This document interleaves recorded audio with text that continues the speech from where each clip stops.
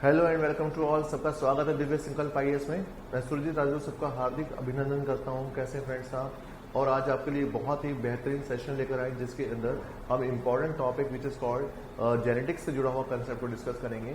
तो आज आपके लिए जो टॉपिक है बहुत ही इंपॉर्टेंट रहने वाला है और आपसे रिक्वेस्ट है कि आप पूरा वीडियो देखिएगा और काफ़ी इंपॉर्टेंट है। चैनल को ज़्यादा से लाइक एंड सब्सक्राइब भी कीजिएगा। और if you are ready to purchase the notes available है हमारे इसमें, आप चाहते हैं तो नोट्स भी परचेज कर सकते हैं, यानी कि हमारे जो वीडियो रिकॉर्डेड लेक्चर्स हैं इनको आप परचेज कर सकते हैं। बहुत ही इंपॉर्टेंट कंसेप्ट है ये। अब हम डिस्कस करेंगे कि क्या होता है जेनेटिक्स के अंदर। और जेनेटिक्स जो है बहुत ही इंपॉर्टेंट फील्ड है।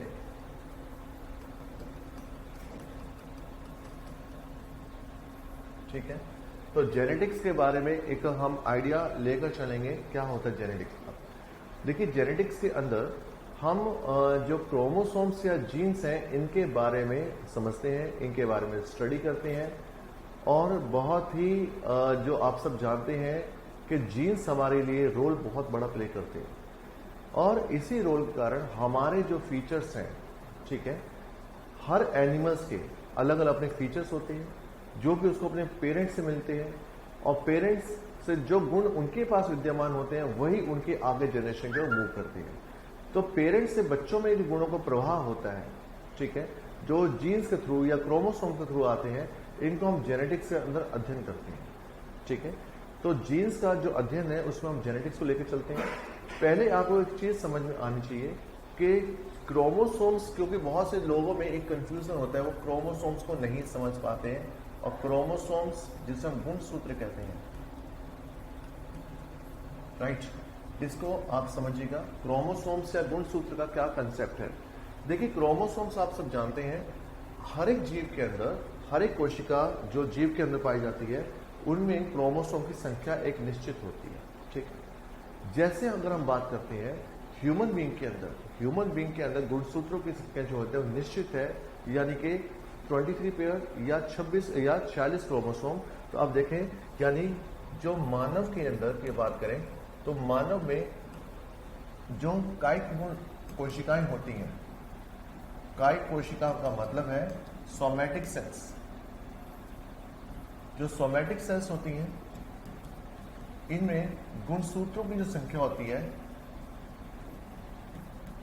गुणसूत्रों की संख्या वो 23 जोड़े, इसका मतलब 46 गुणसूत्र मिलेंगे आपको। ये नंबर एक फिक्स होता है। ठीक है, तो कायिक कोशिकाओं में या सोमैटिक सेल्स में क्रोमोसोम की संख्या निश्चित है, 23 जोड़े या 46 गुणसूत्र पाए जाते हैं। और जबकि जनन कोशिकाएं जो होती हैं उनमें जनन कोशिका, that is called sex cells, आप सब जानते हैं जनन कोशिका ये दो प्रकार की होती है, या तो स्पर्म सेल्स होती हैं, राइट, शुक्राणु कोशिका, और या फिर ये ओवम सेल या अंडाणु कोशिका होती है, राइट। इनके अंदर गुणसूत्रों की संख्या जो होती है वो ओनली 23 क्रोमोसोम्स मिलेंगे, जोड़ा नहीं, ओनली 23 क्रोमोसोम। यानी 23 का मतलब अगर मेल है तो मेल के अंदर 22 क्रोमोसोम प्लस या तो एक्स क्रोमोसोम होगा और या फिर वाई क्रोमोसोम होगा। तो अगर 22 प्लस एक्स भी हो सकता है और 22 प्लस वाई भी हो सकता है, ये डिपेंड करता है कि कौन सी कोशिकाएं उसमें है, राइट। तो अब ये दो ऑप्शन आपको मिलते हैं मेल के अंदर शुक्राणु कोशिका में। जबकि अंडाणु कोशिका जो होती है इसमें नंबर ऑफ क्रोमोसोम जो होते हैं वो आपके फिर रहेंगे 22 as it is plus X chromosome. इसके पास कोई सेकंड ऑप्शन नहीं है, यानी दोनों ही केस में 22 प्लस एक्स का ही सीन है, यानी 22 और एक 23 क्रोमोसोम आपको मिलेंगे जनन कोशिकाओं में। ठीक है, और उसके अंदर मिलते हैं 46 गुणसूत्र। 46 का मतलब हो गया 22 जोड़े, जो हम जिसको कहेंगे सोमैटिक क्रोमोसोम। इनको हम सोमैटिक क्रोमोसोम भी कहते हैं। सोमैटिक क्रोमोसोम यानी कायिक गुणसूत्र, कायिक गुणसूत्र हैं ये। और साथ में एक्स वाई। अब आप देखें 22 जोड़े का मतलब हो गया 44 क्रोमोसोम और एक 45 और एक 46, यानी टोटल 46 क्रोमोसोम पाए जाएंगे ये हमारी सोमैटिक सेल्स के अंदर। ये नंबर हमारा निश्चित है। और हमने ये भी बताया था जो सोमैटिक क्रोमोसोम्स होते हैं ये व्यक्ति के जो उसका जो फिजिकल अपीयरेंस होता है उनका कंट्रोल करते हैं। यानी फिजिकल अपीयरेंस का मतलब उसका कॉम्प्लेक्शन कैसा होगा, हाइट कैसा होगा उसका, या आई कलर कैसा होगा उसका, हेयर स्ट्रक्चर कैसा होगा, all the things are controlled by the 44 chromosome या 22 पेयर ऑफ क्रोमोसोम। ये व्यक्ति के फिनोटाइप का कंट्रोल करेंगे, यानी उसके एक्सटर्नल अपीयरेंस के लिए काम करते हैं। फिनोटाइप या एक्सटर्नल अपीयरेंस के लिए ये क्रोमोसोम काम करेंगे, ठीक है।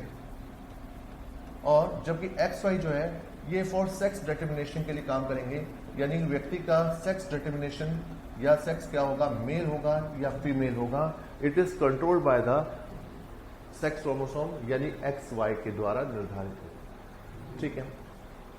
अब हम गाइस चीजों को बढ़ते हैं आगे, ये छोटा सा आपको आइडिया दिया। अब हम बात करते हैं कि क्रोमोसोम्स का बिहेवियर के बारे में बात करते हैं कि क्रोमोसोम को हम कैसे कंसीडर कर सकते हैं, क्या क्या इसके अंदर होगा, एक बार इसको देखते हैं। लेट अस सी। अब हम बात करेंगे कि क्रोमोसोम्स में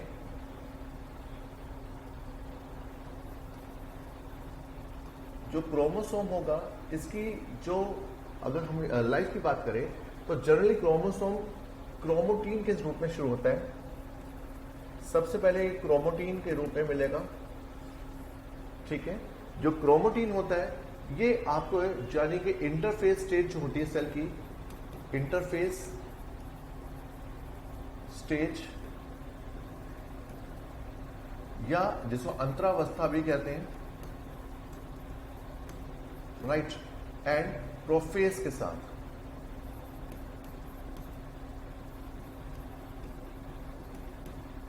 उसमें आपको क्रोमेटिन के रूप में मिलेगा। एक धागेनुमा संरचना होगी, it is a thread like structure होगा। लेटर ऑन ये क्रोमेटिन जो है ये अपना रूप बदलेगा, कंडेंसेशन होगा और कंडेंस्ड होकर थिक हो जाएगा और fine then it converts into then ये बदलेगा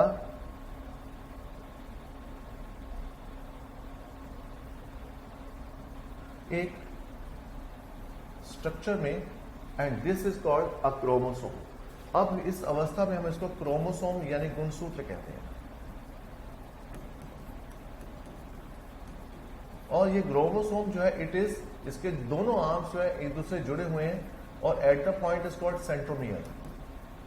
तो ये सेंट्रोमियर से आपस में जुड़ते हैं और it's is shape is just like a seizure की तरह आपने देखा होगा, जैसे इसके दोनों आर्म जो है आपस में जुड़ी हुई है और जिस पॉइंट से जुड़ी है उसे हम सेंट्रोमियर का नाम देते हैं। और जब ये आर्म्स जो है अनवाइंड होती हैं, खुलती हैं, अभी ये वाइंडेड है, जुड़ी हुई हैं, लेकिन जब खुलती हैं तब ये दो अलग अलग स्ट्रक्चर्स में बदल जाएगा, यानी दोनों आर्म्स खुल जाएंगी and this structure is called chromatids. और क्योंकि अगर ये एक ही क्रोमोसोम से है then it is called sister chromatids, हम इसको सिस्टर क्रोमोटिड्स का नाम भी देते हैं।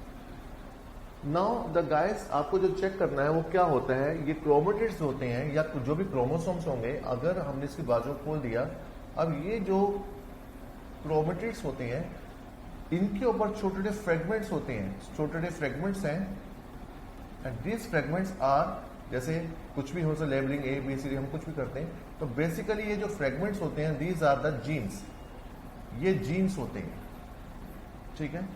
तो द फ्रेगमेंट, ये small fragments present on a chromosome they are known as a genes, हम उसको जीन्स का नाम देते हैं, ठीक है, राइट।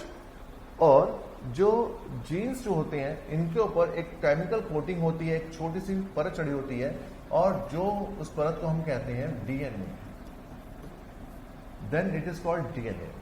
जो जीन्स होते हैं, genes control different trait in body, ये शरीर में बहुत सारे गुणों का कंट्रोल करते हैं क्योंकि हर एक गुण का अलग अलग जीन्स होता है ना। आई कलर के लिए अलग जीन्स हो जाएगा, आपका कॉम्प्लेक्शन का अलग जीन्स रिस्पॉन्सिबल होगा, हेयर के लिए अलग से। तो ये जीन्स जो है अलग अलग ट्रेट्स को कंट्रोल करते हैं, ठीक है, अलग अलग गुणों के लिए काम करते हैं। और उसके बाद ये जो जीन्स हैं they are made up of chemically, they are made up of a liquid and this is called DNA। जो डीएनए होता है, डीएनए इज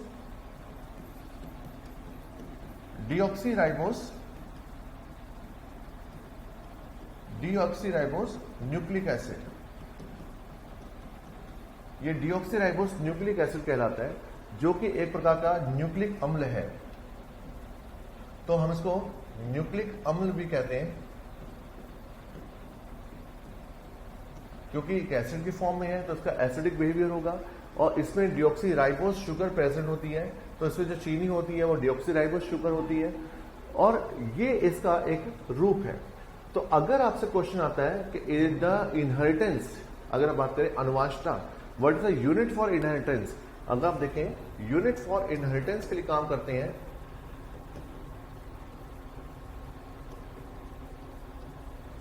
अनुवांशिकता की इकाई।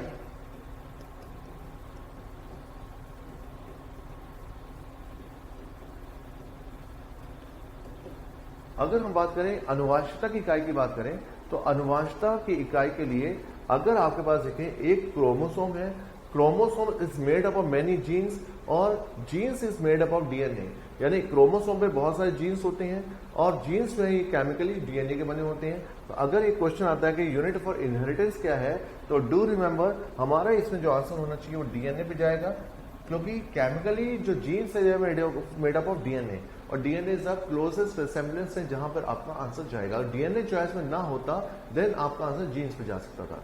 तो ये चीजों को आपको थोड़ा सा समझना है, ठीक है। अब आप देखो जो डीएनए है इसको भी आगे हम देखा जाए, इसके भी आगे, क्योंकि ईच डीएनए जो है, डीएनए इज अ पॉलीन्यूक्लियोटाइड। अगर आप देखें इसको भी आगे हम डिटेल में समझेंगे आगे चलकर। तो डीएनए जो है इज अ पॉलीन्यूक्लियोटाइड, यानी एक डीएनए के अंदर बहुत सारी ये न्यूक्लियोटाइड यूनिट्स पाई जाती हैं।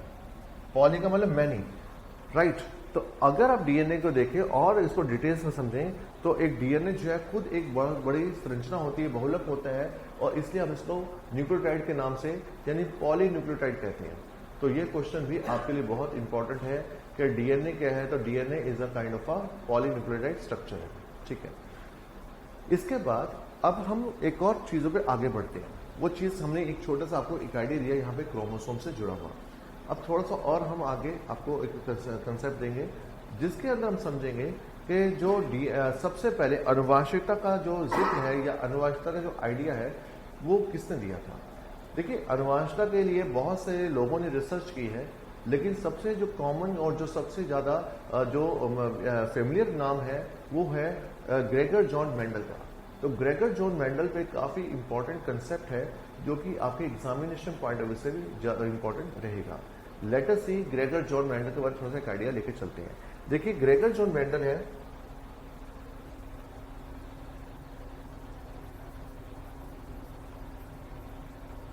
ग्रेगर जॉन मेंडल, इसको फादर ऑफ इनहेरिटेंस का नाम दिया जाता है।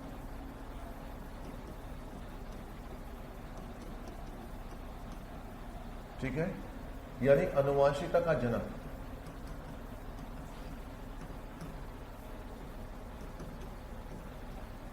ठीक है, अनुवांशिकता का जनक कहा जाता है, फादर ऑफ इनहेरिटेंस भी कहते हैं, फादर ऑफ जेनेटिक्स भी कह सकते हैं हम इसको, क्योंकि जेनेटिक्स के बारे में भी इसी ने कंसेप्ट दिया था। अब आप देखो कि ये क्या था, by profession he was a priest, यानी प्रोफेशन वाइज है प्रेस्ट, यानी पादरी था एक चर्च के अंदर। He is very fond of learning, बहुत इसको पढ़ने का शौक था, बहुत लर्निंग का शौक था इसको। तो इसने इसके गार्डन में कुछ मटर के पौधे थे, ठीक है। और मटर के पौधे आप सब जानते हैं, जो मटर का प्लांट होता है, मटर का जो पौधा है, इसका साइंटिफिक नेम जो है, इसको पाइसम सेटिवम कहते हैं। ये क्वेश्चन भी काफी इंपॉर्टेंट है, कई एग्जाम्स में आया हुआ है। मटर के पौधे का वैज्ञानिक नाम, तो इसको पाइसम साइंटिफिक कहते हैं, Pisum sativum, it's a scientific name है, ठीक है। अब आप देखो कि इसके गार्डन में बहुत सारे मटर के पौधे लगे थे। देन इसने देखा कि मटर के पौधे जो थे उनका अलग अलग कैरेक्टर था। कुछ मटर के पौधे बहुत लंबे हुआ करते थे और कुछ बहुत छोटे साइज के थे। कुछ मटर के पौधों के अंदर वायलेट कलर के फूल आ रहे थे, किसी में रेड कलर के फूल थे, किसी का जो मटर का जो पॉड था पॉड यानी जो उसका फ्रूट था वो राउंडेड फॉर्म यानी कि वो थोड़ा सा टेढ़ा था और किसी का स्ट्रेट था, ठीक है। किसी के मटर के दाने जो थे वो उस पर लाइनिंग्स थी, ठीक है, और किसी के स्मूथ थे। अब वो बहुत हैरान था कि प्लांट तो मटर का ही है लेकिन उसमें इतने वेरिएशंस क्यों हैं, इतने डिफरेंसेस क्यों हैं। उसने आइडिया लगाया कि शायद इसके अंदर कोई ऐसा फैक्टर, क्योंकि उसमें क्रोमोसोम्स या जीन्स का कोई आइडिया नहीं था, इसने माना कि इनके अंदर कोई फैक्टर है, फैक्टर यानी कारक है जो कि इनके वेरिएशन के लिए यानी गुणों में बदलाव के लिए रिस्पॉन्सिबल है। तो उसने वहां पर शब्द दे दिया फैक्टर यानी कारक, और यही फैक्टर या कारक आगे चल के आगे क्रोमोसोम्स के रूप में लोग जानने लगे। तो आप देखें फैक्टर या ये जो होते हैं, इसने माना कि जो भी जीव हैं उनके सबके अंदर या प्लांट के अंदर फैक्टर से जो उसके अलग अलग गुण के लिए रिस्पॉन्सिबल होंगे। ऐसे केस को सॉल्व करने के लिए उसने दो प्लांट इसे कंसिडर किए और both have the alternate character यानी कॉन्ट्रास्टिंग कैरेक्टर था, ठीक है, विपरीत उसके अंदर गुण थे। उदाहरण के लिए उसने दो पौधे सेलेक्ट किए, एक मटर का पौधा जो था वो काफी लंबा था और दूसरा मटर का पौधा जो था वो बहुत छोटा